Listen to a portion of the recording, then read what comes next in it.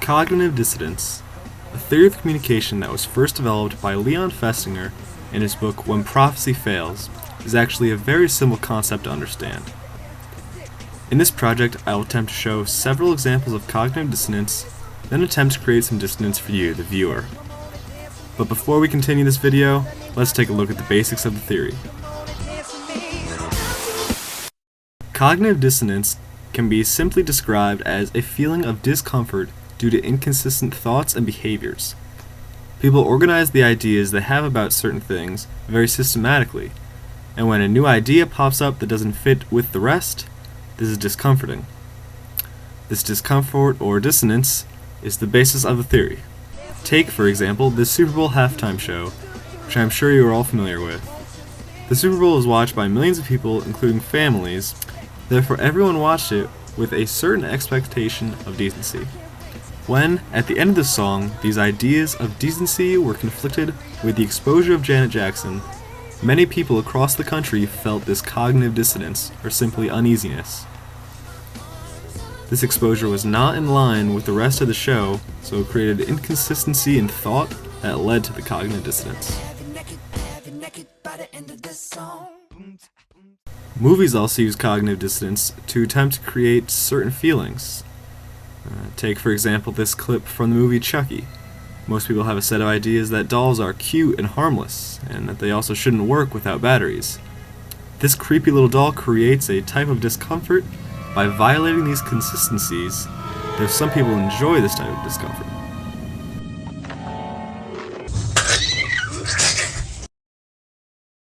This next clip seemed to have caused dissonance for certain groups of people. Try to think of how it could have before I explain it. I announced today that I'm forming a presidential exploratory committee. Many people, especially men, have held the idea firmly that the President of the United States should be a male figure. Cognitive dissonance was created within several people when Hillary Clinton announced she would attempt to run for president. This seemed inconsistent with beliefs held by some, and might have caused a certain level of discomfort. How to make us energy independent and free of foreign oil. This here's the beloved Steve Irwin, a crocodile hunter. Everyone knows of his daring stunts that involved him wrestling crocs or other dangerous animals. He had never been seriously injured, so when the breaking news of the stingray attack surfaced, millions of people around the world were shocked and hurt. These people had a string of beliefs that Steve Irwin was unable to be harmed by animals, though when this idea was conflicted, dissonance was felt around the world. There are several ways to deal with cognitive dissonance. Selective exposure is a method in which one seeks consistent information and avoids inconsistent information. For example, if you feel Barack Obama is a good president, you would search out articles that state this opinion. Selective attention is another strategy in which people only pay attention to information that is consistent with what they already believe. Sticking with the Obama example, one might choose not to read an article claiming he is a bad president. Selective interpretation is another strategy in which people interpret information consistently with their beliefs. For example, if you feel Barack Obama is a good president, you might interpret his healthcare plan as a good plan in order to avoid dissonance. The last main way to reduce dissonance is selective retention. This simply states that people remember information that is consistent with their beliefs in order to reduce dissonance. Again, if you feel Barack Obama is a good president, and someone says otherwise, you can just forget they said anything in order to lower your own dissonance. Now it's time to see if I can cause a little dissonance in you. I'm going to do that by playing a car commercial, which is calm, quiet, and relaxing.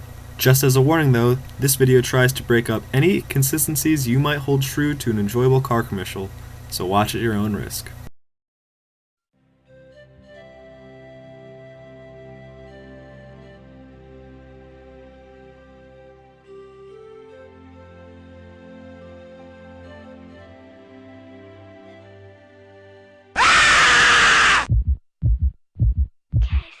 So did you expect that monster to pop up?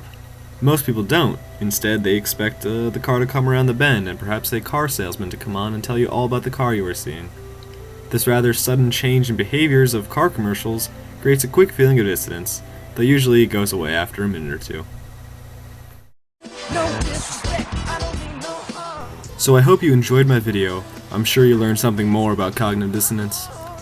I leave you with one more look at the Janet Jackson wardrobe malfunction, and I hope it doesn't cause you too much cognitive dissonance.